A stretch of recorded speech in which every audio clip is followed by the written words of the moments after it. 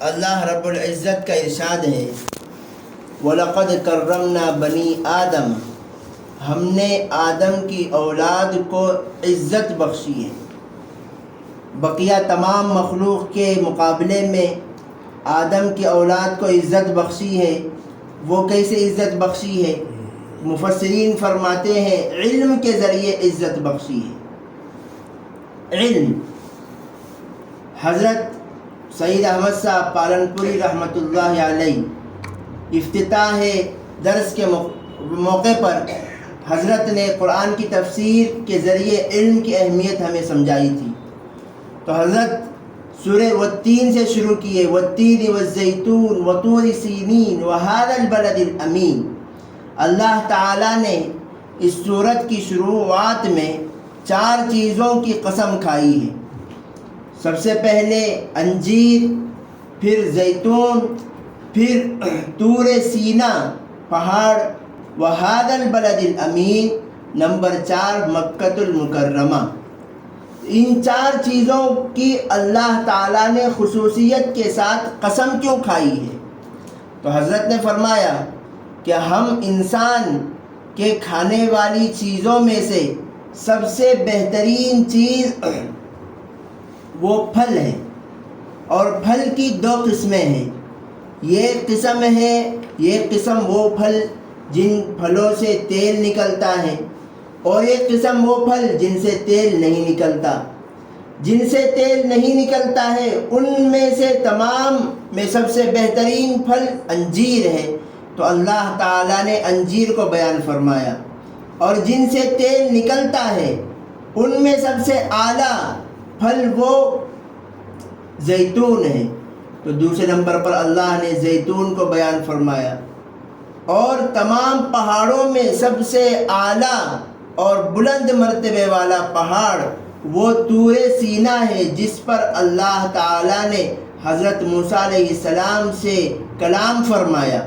تو وہ تمام پہاڑوں سے اعلیٰ ہونے کی وجہ سے اللہ نے اس کو بیان فرمایا۔ پھر چوتھے نمبر پر جتنے شہریں ہیں، جتنے علاقے ہیں، جتنے محلات ہیں، ان تمام میں سب سے اعلیٰ و ارفع شہر مکہ ہے، تو اللہ تعالیٰ نے وہذا البلد الامین اس کی قسم کھائی۔ ان 4 بلند چیزوں کی قسم کھانے کے بعد اللہ تعالیٰ نے فرمایا لقد خلقنا الانسان فی احسن تقویم، ہم نے انسان کو بہترین اور خوبصورت انداز میں پیدا فرمایا ہے۔ اس سے بہتر اور اس سے خوبصورت کوئی اور چیز نہیں ہو سکتی۔ اس سے زیادہ بہتر اور اس سے عقل مند اور اس سے زیادہ بہتر دنیا کا نظام سنبھالنے والی کوئی اور چیز نہیں ہو سکتی۔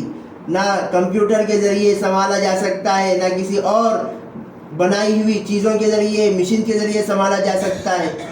اور آگے کی صورت میں اللہ تعالیٰ نے فرمایا انسان کی عزت کس چیز کے ذریعے ہے؟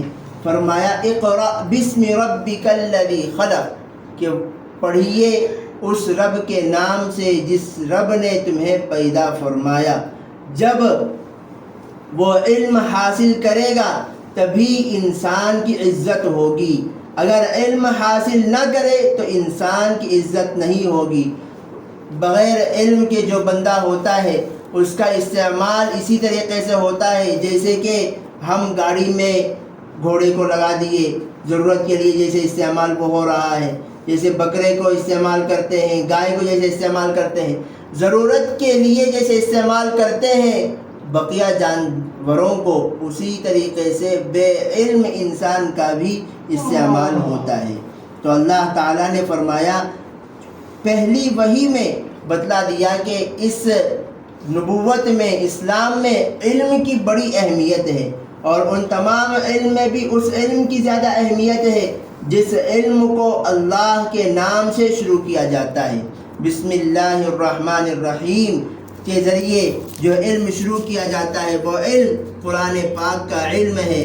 قرآن پاک جس شخص کے سینے میں ہو اللہ تعالیٰ سے اس کی نسبت جڑ جاتی ہے، اور جس شخص کی نسبت اللہ سے جڑ جائے اللہ تعالیٰ ہر موقع پر ہر جگہ میں اس کو باعزت رکھتے ہیں، اور جو بندہ اس سے کٹا ہوا رہتا ہے وہ اللہ تعالیٰ سے دور رہتا ہے۔ اس لیے قرآن پاک کی تلاوت کو نور کہا گیا ہے۔ جو بندہ قرآن پاک کی تلاوت کرتا رہتا ہے، چاہے وہ قرآن کو سمجھ کر کرے یا بغیر سمجھے کرے، پھر بھی وہ بندہ اللہ تعالیٰ کے یہاں قریب ہے، مقرب ہے۔ حضرت احمد ابن حنبل رحمۃ اللہ علیہ نے اللہ تعالیٰ کی جب انہیں خواب میں زیارت ہوئی تو اللہ سے پوچھا، یا اللہ کس موقع پر آپ سے بندہ سب سے زیادہ قریب رہتا ہے؟ تو اللہ تعالیٰ نے فرمایا، تمام عبادتوں کے مقابلے میں سب سے زیادہ مجھ سے قریب میرا بندہ اس وقت ہوتا ہے جب وہ قرآن پاک کی تلاوت کر رہا ہوتا ہے۔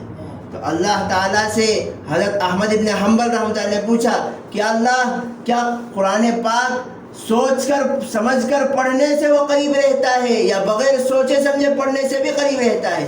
فرمایا چاہے سوچ سمجھ کر پڑھے یا بغیر سوچے سمجھے پڑھے، دونوں حالتوں میں اس وقت مجھ سے وہ جتنا قریب رہتا ہے اتنا قریب وہ کسی بھی عبادت میں اتنا نہیں رہتا۔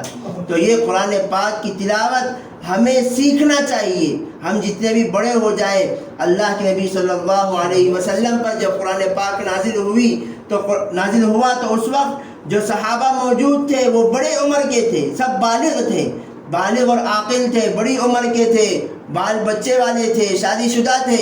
ان کے لیے اللہ تعالیٰ نے قرآن پاک کو نازل فرمایا اور کہا وَلَقَدْ يَسَّرْنَا الْقُرْآنَ لِلذِّكْرِ فَهَلْ مِن مُدَّكِرٍ۔ ہم نے قرآن پاک کو یاد کرنے کے لیے، سمجھنے کے لیے بہت آسان فرمایا ہے۔ یسرنا باب تفعیل سے ہے، باب تفعیل استعمال ہوتا ہے بہت زیادہ معنی کو بیان کرنے کے لیے، بہت زیادہ ہم نے آسان کیا ہے کوئی یاد کرنے والا؟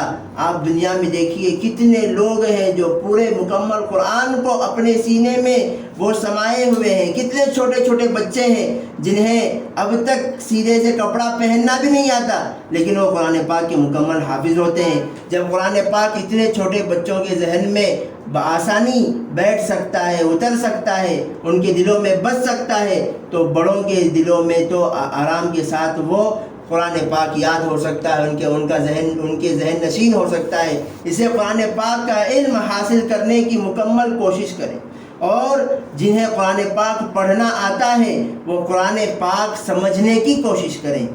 آپ یہ بات کے ذریعے سمجھیے کہ والد صاحب بہت دور ملک میں گئے ہوں، بیٹا ہے بہت زیادہ محبوب ہے، بیٹی ہے بہت زیادہ لاڈلی بیٹی ہے، بچے بھی باپ والد صاحب کو بہت زیادہ پسند کرتے ہیں، والد بھی اپنی اولاد سے بہت محبت کرتے ہیں، لیکن کسی وجہ سے وہ کئی سالوں سے ایک دور دراز ملک میں موجود ہیں، اور کئی عرصے کے بعد انہوں نے اپنے بچوں کے نام پر یہ خط لکھا۔ وہ خط بچوں تک آ کر پہنچا اور انہیں معلوم ہے کہ یہ خط ہمارے والد کی طرف سے ہے، اور ہمارے والد ہمارے مہربان ہیں، ان سے زیادہ مشفق ہمارا کوئی نہیں ہے۔ وہ خط جب پہنچے، کیا اس خط کو ہم لے کر یوں ہی رکھ دیں گے؟ ہم تو بچے تو اس خط کو پڑھنے کے لیے بےتاب اور بے چین بے قرار رہیں گے۔ اور جب کھول کر دیکھا تو دیکھا کہ والد صاحب نے کوئی اور زبان میں لکھا ہے، ہم سے جس زبان میں بات کرتے تھے وہ زبان نہیں ہے، بلکہ والد جس ملک میں ہے اس ملک میں جو زبان رائج ہے اس زبان میں وہ خط لکھے ہیں۔ تو کیا ہم اس خط کو پڑھے بغیر ایسے ہی اوپر رکھ دیں گے؟ بلکہ ہم اس سلسلے میں بے چین رہیں گے کہ کوئی اس زبان کو سمجھنے والا ہو، ہم اس کے پاس جائیں اور اس کے پاس کہیں کہ بھئی یہ ہمارے والد کا خط ہے، یہ آپ پڑھیے اور اس کا ترجمہ کیجئے۔ ہم بہت بے چین اور بے قرار ہیں، راتوں کی نیندیں اڑ جاتی ہیں۔ ہمارے درمیان میں اللہ تعالیٰ کے پاس سے آیا ہوا کلام موجود ہے، جس کلام میں ان ھذا القرآن یہدی للتی ہی اقوم، یہ قرآن ایسا قرآن ہے جو بالکل سیدھا راستہ بتلاتا ہے، اس قرآن کو وَاعْتَصِمُوا بِحَبْلِ اللَّهِ جَمِيعًا وَلَا تَفَرَّقُوا، اللہ تعالیٰ فرماتے ہیں اللہ تعالیٰ کی یہ رسی ہے، اس رسی کو مضبوطی سے پکڑ لو، سیدھے وَأَنِيبُوا إِلَىٰ رَبِّكُمْ، اللہ تعالیٰ تک ہم پہنچ جائیں گے۔ لیکن افسوس صد افسوس کہ ہم لوگ قرآن پاک کو پڑھنا ہمارے دل میں اس کا جذبہ ہی نہیں ہے، اور جو بھی قرآن پڑھنا چاہتے ہیں وہ سورہ فاتحہ اور علم ترا سے لے کر آخر تک سیکھ لیے تو سمجھتے ہیں کہ قرآن پاک کا حق ہم سے ادا ہو گیا ہے، اب اس کے بعد قرآن پاک کو اٹھانے کی ضرورت نہیں، قرآن پاک کو یاد کرنے کی ضرورت نہیں۔ اور آگے بڑھ کر ایک جماعت ہے اللہ کے بندوں کی جو قرآن پاک پڑھنا جانتے ہیں اور پڑھتے بھی ہیں، لیکن ان کے ذہن میں کبھی یہ بات نہیں آئی کہ ہم سے اللہ تعالیٰ قرآن پاک میں کیا فرمانا چاہ رہے ہیں، وہ ہم جانیں، اس کی تڑپ ہمارے دلوں میں نہیں ہے۔ اس کی وجہ صرف اور صرف شیطان ہے کہ شیطان ہمیں اس سے دور کر رہا ہے۔ لوگ یہ سمجھتے ہیں، لوگوں کے درمیان یہ ایک غلط بات پھیلائی جاتی ہے کہ اگر قرآن پاک کا ترجمہ تم پڑھو گے تو گمراہ ہو جاؤ گے۔ تو بھئی قرآن پاک تو ہدایت کی کتاب ہے، ہدایت کی کتاب سے اگر تم گمراہ ہو جاؤ تو پھر کوئی دنیا میں نہیں ہے جو تمہیں ہدایت پر لائے۔ قرآن پاک پڑھنے سے کوئی گمراہ نہیں ہوتا ہے، پڑھنے کے طریقے کا غلط ہونے سے گمراہ ہوتا ہے۔ قرآن پاک سے کوئی گمراہ نہیں ہوتا۔ قرآن پاک ہم جس سے سمجھ رہے ہیں اگر وہ گمراہ عقیدے والا ہے تو اس شخص کی وجہ سے ہم گمراہ ہوتے ہیں، اگر پڑھانے والا غلط عقیدے والا ہے اس کی وجہ سے ہم غلط راستے پر جائیں گے۔ قرآن پاک مکمل اور سراپا ہدایت ہے، ذالک الکتاب لا ریب فیہ، کسی قسم کا کوئی شک نہیں ہے۔ اللہ تعالیٰ فرمایا افلا یدبرون القرآن ام علی قلوب اقفالها، کیا یہ لوگ قرآن پاک میں غور و فکر نہیں کرتے یا ان کے دلوں پر تالے پڑے ہوئے ہیں؟ ایک اور جگہ اللہ فرماتے ہیں افلا یدبرون القرآن ولو کان من عند غیر اللہ لوجدوا فیہ اختلافا کثیرا، کیا یہ اللہ تعالیٰ کی اس کتاب پر غور و فکر نہیں کرتے؟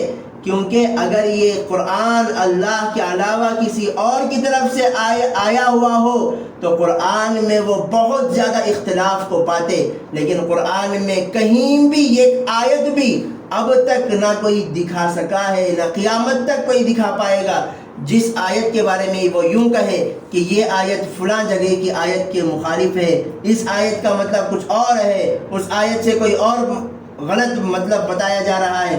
ایسا قرآن پاک کے مکمل سوروں میں، مکمل آیتوں میں کسی بھی آیت میں ایسا مضمون نہیں ہے۔ تو قرآن پاک مکمل ہدایت والی کتاب ہے، اور جو قرآن پاک کو سمجھتا ہے اور اس کی تلاوت کو اپناتا ہے اللہ تعالیٰ اس کو کبھی گمراہ نہیں کرتے۔ اور جتنے بھی گمراہ کرنے والے لوگ ہیں ان لوگوں کو جا کر آپ دیکھ لیجئے، ان کا قرآن پاک کی تلاوت میں معمولات میں سے نہیں رہے گا، کیونکہ جو بندہ قرآن پاک کی تلاوت کو اپنا معمول بنا لے اللہ تعالیٰ اس کو ہرگز گمراہ نہیں کریں گے۔ جیسے کہ ابھی قریب میں ایک بات پھیلی کہ وہ قادیانیوں کا بڑا سرغنہ قرآن پاک کی ایک آیت دیکھ کر پڑھنا چاہ رہا ہے، یا ایھا الذین آمنوا یا ایھا الناس ضرب مثل فاستمعوا لہ، یہ آیت دیکھ کر پڑھنا چاہ رہا ہے لیکن اس سے دیکھ کر بھی پڑھا نہیں جا رہا ہے، جو کہ قادیانیوں کا بڑا ہے اور قادیانیوں کے نبی کا بیٹا سمجھا جاتا ہے، نوازا سمجھا جا رہا ہے، لیکن اس کے باوجود اس کو قرآن پڑھا نہیں جا رہا ہے اور قرآن پڑھا بھی نہیں جائے گا۔ اور اسی طریقے سے آپ دیکھ لیجئے جتنے گمراہ کرنے والے ہیں، یہ شکیل بن حنیف ہے اور یہ دوسرے بھی وہ گوہر شاہی وغیرہ ہیں، ان لوگوں کا اس سے وہ گوہر شاہی یونس الگوہری وہ تو یوں کہتا ہے ہمارا اس 30 پارے سے تعلق نہیں ہے، بلکہ ہمارے پاس یہ 40 اللہ تعالیٰ نے مکمل جو پارے عطا فرمائے ہیں وہ 40 پارے ہیں، اور ہم بات کرتے ہیں وہ ان 10 پاروں سے جو 10 پارے یہ 30 سے الگ ہیں۔ وہ کہتا ہے کہ یہ 30 پارے عام لوگوں کے لیے ہیں اور وہ 10 پارے خاص لوگوں کے لیے ہیں۔ یہ تمام گمراہ کن باتیں ہیں، اور یہ گمراہ کرنے والے جیسے ناچنے نہیں آیا تو انگن بنگا، تو وہ اگر اسے پوچھو کہ قرآن میں 30 پارے بھائی 10 پارے جو نظر نہیں آتے وہ الگ ہے، پہلے 30 پارے میں سے کسی ایک سورت اور کسی ایک آیت کا ترجمہ اور مطلب بتلا دو، وہ بتلا نہیں پائے گا، اگر بتلائے گا بھی تو غلط بتلائے گا، اپنی مطلب سے بتلائے گا۔ تو خیر قرآن پاک ہمارے درمیان اللہ تعالیٰ کی کتاب ہے، اللہ تعالیٰ کے مضامین اس میں ہیں، ہر حال میں، ہر مسئلے میں، ہر موقع پر اللہ تعالیٰ کی رہبری اور رہنمائی اس میں موجود ہے۔ اس کا علم ہمیں حاصل کرنا بے حد ضروری ہے۔ جیسے آپ حضرات ماشاءاللہ تفسیر میں آ رہی ہیں، اسی طریقے سے اپنے اور بھی مستورات کے لیے یہاں مدرسے میں، مکتب میں انتظام بھی ہے، وہاں آپ قرآن پاک پڑھنا سیکھیں۔ اگر قرآن پاک بالکل پڑھنا نہیں آتا، الف باتا، کسی کو الف باتا پڑھانے بٹھائے، 5 منٹ میں زبان نہیں پلٹ رہی، مجھے نہیں آ رہا، 5 منٹ میں فیصلہ کر لیتے ہیں کہ میں قرآن نہیں پڑھ پاتا، جبکہ عزم اور ارادہ کرنا چاہیے، جہد مسلسل ہونا چاہیے، لگاتار جب کوشش ہو، روزانہ اگر ہم 5 منٹ بھی دیں تب بھی اللہ تعالیٰ ضرور چند ہی دنوں میں ہمیں قرآن پاک پڑھنا سکھا دیں گے۔ ایسا نہیں کہ ایک دن میں بیٹھے اور الف با تا سا جیم ہا خا سا کے لیے بھئی 2 دانتوں کے درمیان تھوڑی سی زبان باہر نکالو، بولے کیا بھئی اتنا زیادہ مشکل ہے نا، یہ سا کو دیکھ کر ڈر گئے اور اس کے بعد سے آنا ہی چھوڑ دیے، ہا کو دیکھ کر ڈر گئے آنا چھوڑ گئے، زال کو دیکھ کر ڈر گئے آنا ہی چھوڑ دیے۔ سواد اس دیکھ کر ڈرنے والی بات نہیں ہے، یہ شیطان ان باتوں میں بہت ڈراتا ہے، اور اس کا کام ہی وہ ہے، من الذی یوسوس فی صدور الناس من الجنۃ والناس، وسوسے ڈالتا رہے گا۔ قرآن پاک کو جب اللہ تعالیٰ نے آسان کہہ دیا ہے، یقیناً آسان ہے، اور قرآن پاک کا حق یہ ہے کہ سال میں 2 مرتبہ مکمل پڑھیں، سال میں 2 مرتبہ مکمل پڑھنا قرآن پاک کا حق ہے۔ اور جو لوگ قرآن پاک کو چھوڑ کر زندگی گزارتے ہیں، نبی پاک صلی اللہ علیہ وسلم جو کہ شافع محشر ہے، قیامت کے دن ہماری سفارش کرنے والے ہیں، وہ اپنی اس امتی کے خلاف اللہ تعالیٰ کے دربار میں شکایت کریں گے، وقال الرسول یا رب ان قوم اتخذوا هذا القرآن مہجورا، کہ اے میرے رب اس قوم نے قرآن کو چھوڑ کر زندگی گزاری۔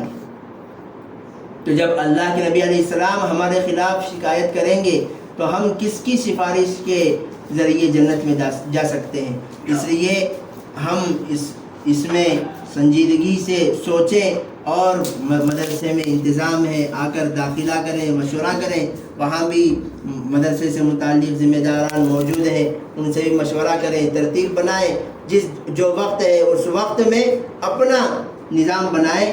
اگر آپ چاہیں تو راہیں ہزار ہیں، اگر ارادہ کر لیں تو اللہ تعالیٰ اس کے لیے راستے کھولتے ہیں۔ اللہ تعالیٰ سے دعا ہے اللہ تعالیٰ ہم تمام کو قرآن پاک کا علم نصیب فرمائے، قرآن پاک روزانہ تلاوت کرنے کی توفیق نصیب فرمائے، ہم تمام کو اللہ تعالیٰ قرآن پاک کا حافظ بنائے، قرآن پاک کو اپنی زندگی میں اپنے تمام